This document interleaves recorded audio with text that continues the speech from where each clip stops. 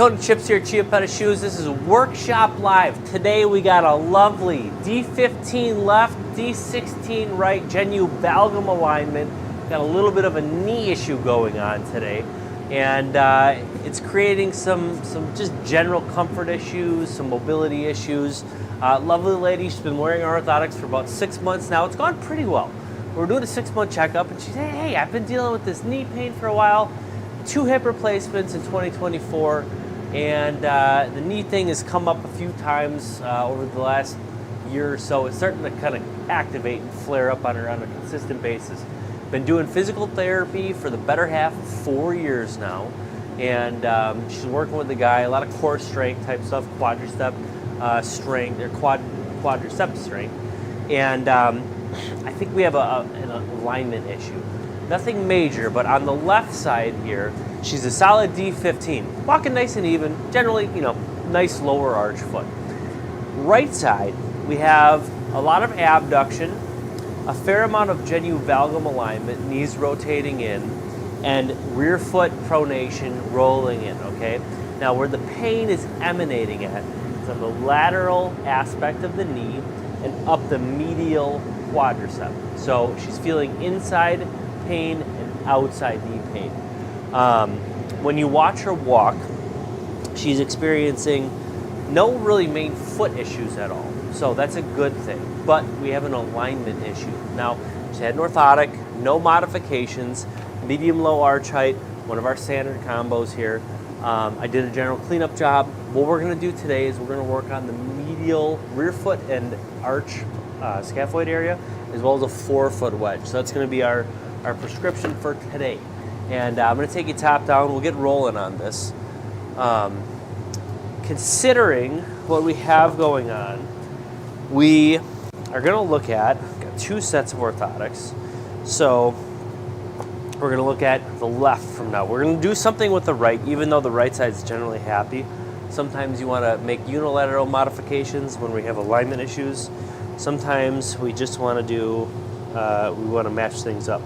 Okay, so this is going to be one of my Tony specials here. We're going to work with a scaphoid pad, okay? Now, when I do this, we got to give us enough space, and you're going to see the finished product in a sec. When I do scaphoid pads, I've said this 100 times on the Workshop Lives, 3 main different modification structures for a scaphoid pad. You can align it. Standard is just past the 5th met base on, and distal from the 5th met, kind of the center of the 5th met. We're going to do standard right there, distal just of the 5th met base. So, all right, we have this shape right here. We're going to cut that up. Now we're going to do 2 sets, just the right side for this. There. Just the right side. And what we're looking to do is support the medial arch with a standard scaphoid pad. And at the same time, we're building into the modification a rear foot medial wedge. Now we're also going to give a little bit of a wrap to the edge here too. Sometimes if you're doing a scaphoid pad, you're just working on the base. This right side is pronating in enough for us to work against the wall side too. So if you see that, that's the game plan right there. All right, so we're going to do both sets. She did say she wears one set more predominantly than the other set, so we'll keep everything matched up. Sometimes it's not a bad idea to do one set if you have 2 sets of orthotics. Sometimes it's not a bad idea to do both sets of orthotics when you're making a modification like this. Or if you just do one set, you kind of have a baseline of what you were feeling before to after. Now the key with making orthotics and working with people is that time management is essential. And when you're making orthotics, you got to respect your time just as much as the patient customer's time. And they might not be able to get in on a regular basis. And unless you're charging per modification, which we don't do, Chiappetta Shoes does not charge for modifications. So I always like to say my job is to do the least amount as possible, not to be lazy, but to respect our customers' time and get a problem solved as quickly as possible. Okay, so if you see that, that's what we're working with. Now we're going to wrap the edge just a touch to give a little extra oomph against the side of the foot. This customer has a medium-low wall height. She wears Allegria duets and some other products that work out very well. She's a busy professional, and she does a great job at her job. But this knee pain is definitely limiting.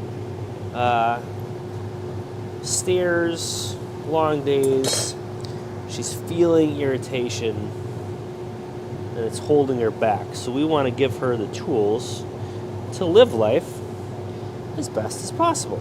Okay. So what we're doing, scaphoid pad, hold up that medial arch, rear foot wedge, straighten that heel out so it's not pronating in quite as much. Third aspect we're going to do today is I'm going to use 1.5 millimeter EVA FM 70 durometer firm stuff, and we're going to do a lateral forefoot wedge. We're here, here, and here, trying to steer her off her big toe a little bit more evenly. Now we can get real aggressive with stuff like this, but in this case, I think a moderate modification profile like this, a nice little recipe, is going to be the winning solution.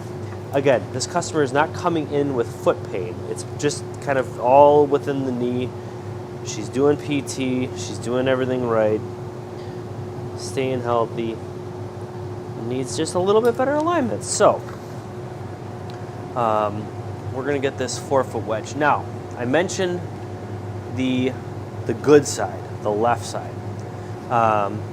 Feet feel good, knees feel good on the left side, but what the doctor has told her is that the left knee actually looks worse than the right knee. The right knee's a problem, but the left knee looks worse. Now, when I hear that, when I talk about pedorthics and mechanics, my initial thought process is, okay, well, if one side's worse than the other, but the good side hurts, what that usually tells me is you're one side dominant, right?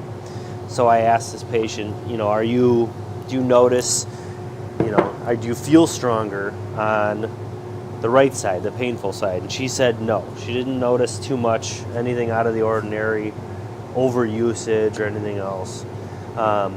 But that can oftentimes be the case. So when you're dealing with stuff like this, just because the doc says one side looks worse than the other, you got to listen to your body. And, that usually kind of tells me that there's compensation happening. And compensation can happen first with the mechanics. You might not notice your abducting or walking to the outside a little bit more. And as that happens over time, that creates alignment issues and things like that. And it's the habitual movements that we don't really think about on a daily basis, but that's where it starts. And when you start hurting, it sounds kind of goofy. You don't want to think about every single step you take or how you're walking or sitting, but on the sales floor, we're up and down on our knees and our feet, and your habits really, really are important for how you feel. So making sure you're using a stool, making sure you're sitting properly, making sure your chair has lumbar support. All those little things are definitely things that check off the box. If you're starting to feel pain, check your habits, check your routines. Don't overthink it, but put that in the mix too. And that's a very important process or step in healing and getting better. So, all right. Now, we mentioned the good side, the left side. There's not really any issues here, but what we're gonna do is just throw in a longitudinal arch bar. It's one of my go-tos. I just got back from the PFA meeting a week and a half ago, and nobody talked about longitudinal arch support. It's very important, very, very, very important. One of the 4 arches. You have 4 arches in your feet. People don't understand that either. And just to keep the left side, the bad knee, the non-painful bad knee, in good shape, we're going to throw a little extra support that way. And again, I don't want to overcorrect, but we got a lot going on the right. Let's make sure the left is feeling pretty good too. So on both the rear foot medial scaphoid wedge and the left longitudinal arch bar, we're going to use 55 durometer multi-cork, just like what's on the core support of this orthotic. Same material, should match up, should feel nice and smooth and uniform for this customer. So, all right, everything's glued up. We'll be back. All right, we're back. Tony Chips here, Workshop Live. We got a D15 left, good knee, good foot, everything's feeling great. Knee, technically, arthritically, is worse off on the left than the right. The right knee is the problem. Right side has a D16 alignment, rear foot pronation, arches falling in, forefoot is splaying to the outside, medium amount of abduction, probably about 15 to 20 degrees more than normal. So you got that splaying there. Knee is bowing in, medium, slight to medium genu valgum alignment. We have pain on the outside of the knee, pulling on the inside of the thigh there. So, take you back top down. We've got a modification profile that should be the winning solution. We have multi-cork, 55 durometer EVA, scaphoid plus a rear foot medial wedge. It's a nice combo that I like to do for stuff like this. All on the right side. And then we have a forefoot lateral wedge, help her steer her off her big toe a little bit more. Wrapping up against the side with the medial wedges, and this should be a winning solution. Left side is happy, but just to help keep that going, we're going to try a longitudinal arch bar. 3mm multi-cork here, nothing crazy. You can go up to 3/8 of an inch, so you can go triple this amount in certain cases. But I don't think, the foot doesn't hurt, so we're not at any like emergency status right now. Get that wrapped up. Multi-cork is great for edges because it's heat moldable. Closed cell foam is fantastic. All right, we got that.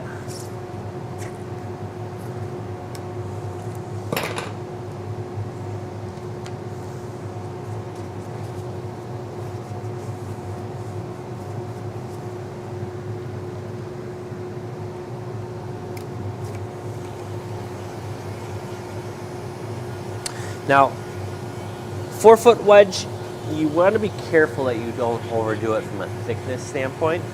When you're doing a forefoot wedge, a little goes a long way. So we're only doing about 1.5mm, 1/16 of an inch of EVA FM 70 durometers firm, but it's thin, and this customer wears good shoes, you know, nothing crazy, nice professional stuff. All right. And the idea with something like this is that we're assisting her gait pattern. We're trying to get her walking less abduction, better off the big toe. The rear foot wedging and the scaphoid padding is the direct intervention for what we're trying to accomplish from an alignment standpoint with the knee. Get her out of genu valgum a little bit more or less, and hold her properly there. So let's get this all going. We're going to take this to the grinding machine in a sec. When we're wrapping up against the edge, we got to make sure you're heating it up properly here. So oftentimes I'll throw this in the oven, but the heat gun does a good job of keeping all that going. Okay.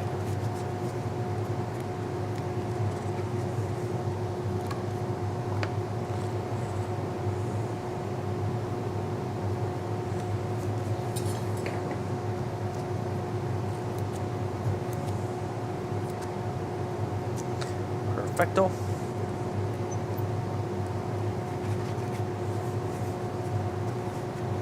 Okay, that. Make sure you're not trimming the edge too much.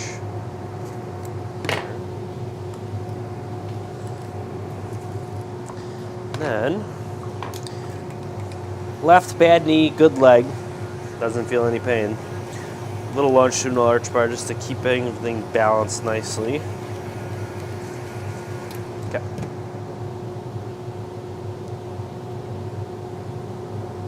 Perfecto.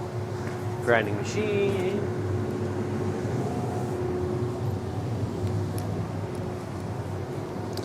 Give it a slight press with the hammer.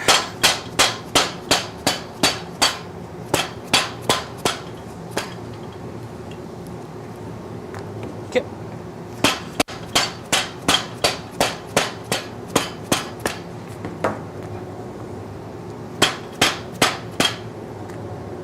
Yeah.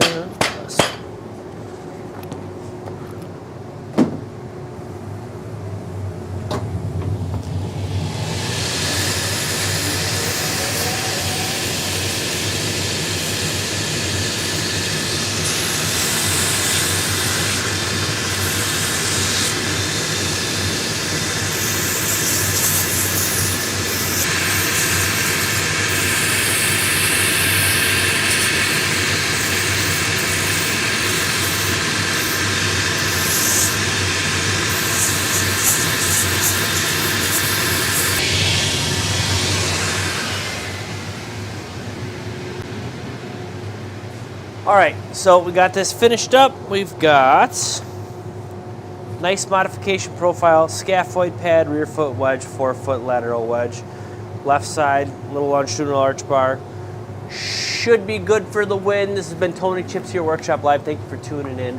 If you have foot pain, don't just settle with something that's off of the counter. Come see us at Chiappetta Shoes. Ain't no better than Chiappetta is what we like to say. Thank you.